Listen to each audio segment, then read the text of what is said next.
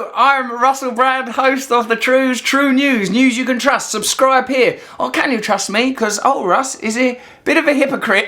Drinking coffee from a cup.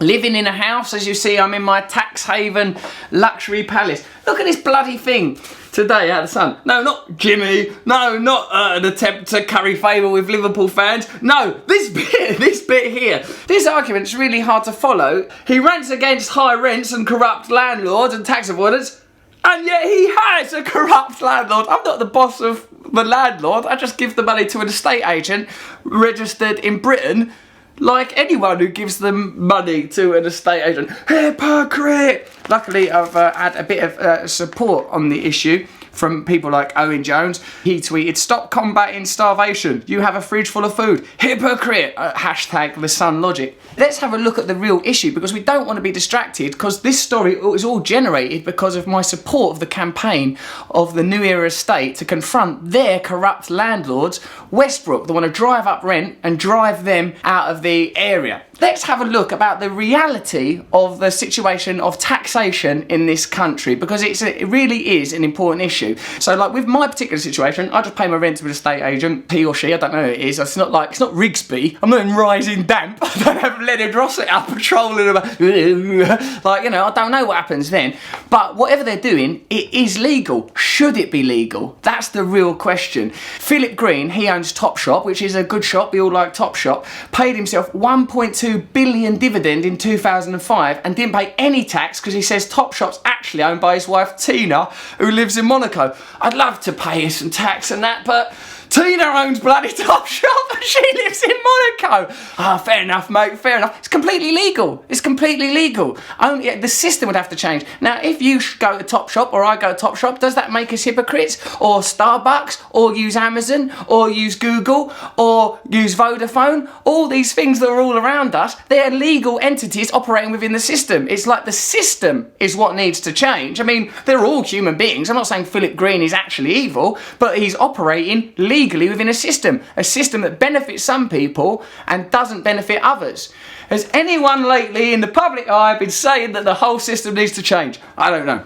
Public schools, check this out. Now, you all know that we're governed by people that go Eton and Harrow, and I bet if you went to Eton and Harrow, them kids are lovely little kids in top hats. They'll be sound. I'm not having to go. This isn't about class, but Eton and Harrow are designated by the government as charities. People can get tax relief on charitable donations. Many rich people make donations to the public school where the children are being educated. Oh my God! Eton and Harrow, that's a charity. Doing a lot of charity work lately. What is it? Training the richest people in the world to be clever enough so that we can't argue with them. Oh, the Inland Revenue, who's in charge of all of our tax, right, negotiate with people or companies over how much tax they should pay. In 2010, Goldman Sachs, who I think have got quite a lot of money, they lost a long-running court case over unpaid tax, owing the government 40 million, but negotiated a deal with David Hartnett. Oh, hello, I've got a Hartnett. I'll capture your heart. I need one. He was head of the Inland Revenue. He let them off with 10 million. Over 25 billion pound of tax goes uncollected each year. So 25 billion pound of tax, they just don't collect it because they've negotiated with the big companies. 25 billion is such a big number, but check this out. In, I think about 5 years ago, there's a hospital built in Leeds. I think it was called St James's. Check for yourself, but it cost 500 million to build that whole hospital from scratch. So when you say 25 billion, that's 50 hospitals a year. Oh no, there's no money for the NHS. We've got to privatise it. There's no money. Is there 25 billion pound of tax somewhere? Yes, we've let people off of it. But now let's move on to the you know, like, I don't want to make this about personal things, because this story, what this should be saying is brave New Era estate, but what it actually says is hypocrite. Now, do you know who owns the Sun newspaper? I'll tell you. It's a man. His name is Rupert Murdoch, right? Rupert Murdoch, he must be really confident in the area of tax, mustn't he? Like, what I like is, imagine the resources the Sun have got. They've got the resources to keep, like, Rebecca Brooks out of jail. Andy Coulson only got a light sentence, remember, after they went through that dead girl's phone. Enough resources to never really pay the price for the travesty of Hillsborough and the Justice for the 96 campaign, which we continue to support. So they've got some serious resources. They've, like, run this massive thing, and what they've come up with is his landlord don't pay tax. So that is like the bit in Life of Brian where the Roman garrison go into the flat of the People's Front of Judea and come back with one spoon. How many spoons, sir?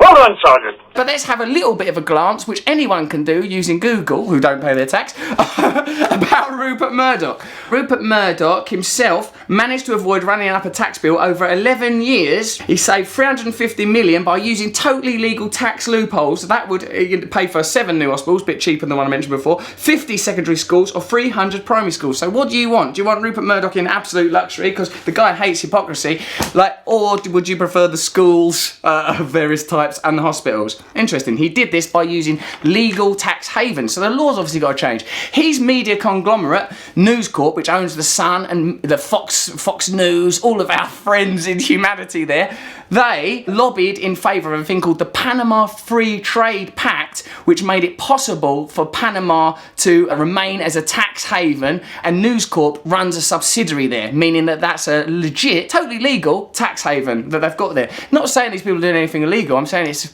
a disgrace, isn't it, that those things are legal. They've got 136 such subsidiaries in various nations that are tax havens. A tax haven means a corporation can stash its money there, never pay tax, never contribute to our society. They've got 62 in the British Virgin Islands, 33 in the Cayman Islands, and 21 in Hong Kong. So News Corp and Rupert Murdoch, the man behind this, does that stuff quite often. So like, if they can call me a hypocrite because of something my landlord does, what can we call him for something he does in himself? Someone tweeted at Billy Mac 1964 said, "My mum pays her taxes, but she bought a Take That album. Hypocrite!"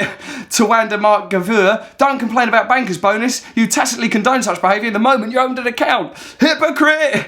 Rahul Singh says, "You hate the Sun newspaper, but you once flicked through the Sun as a teenager. Hypocrite, I mean, I've got it here. I'm contributing even now to the problem because the system is all around us. We live in an aquarium of hypocrisy. But this is a systemic problem. These companies are able to do this legally within the system, and it's getting worse. George Osborne has announced 7 billion of tax cuts that are actually going to help the richest people. The Tories promised to raise the income tax allowance. It wouldn't help any of the 5 million lowest paid workers in Britain, and neither would any of the other three parties' plans.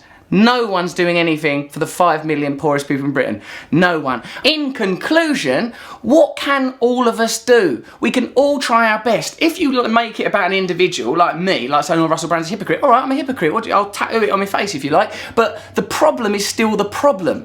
The system is still the system. The system is set up to support and help the richest people, while the poorest people have no purchase, have no power. And if one person with a bit of money, me, stands up and says, "Oh, I'll help a little bit," no, you're a hypocrite. Do you think they really care about me being a hypocrite, or do you think they want to control the narrative so that no one with a voice can ever speak out about these issues? Because if they do, the real hypocrites, Philip Green, George Osborne, Rupert Murdoch, the people that benefit most from this system, will be made accountable. So what is the true news? If we come together and support local campaigns like the New Era Estate or the Fire Brigade Union or whatever it is, you tell me. You're as good as me. We're all a little bit hypocritical because we all live in the aquarium of hypocrisy that is modern capitalist consumer Western democracy. And if we come together, if we speak out, there's a chance we can change it. If we don't, they've won and there's nothing we can do. That is the true news. Subscribe here, subscribe here, subscribe here. Or you could just read this. This is also quite good. The Hillsborough campaign is still ongoing, by the way. Support the 96. Justice for the 96.